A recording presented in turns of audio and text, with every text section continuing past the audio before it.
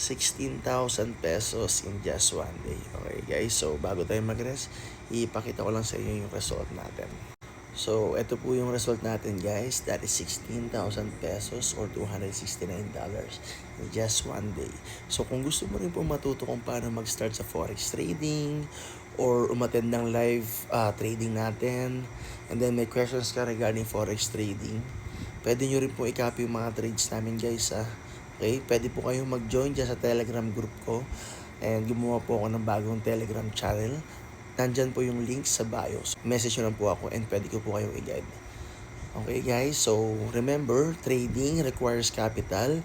Okay, it means trading is risky. So, only invest what you can afford to lose.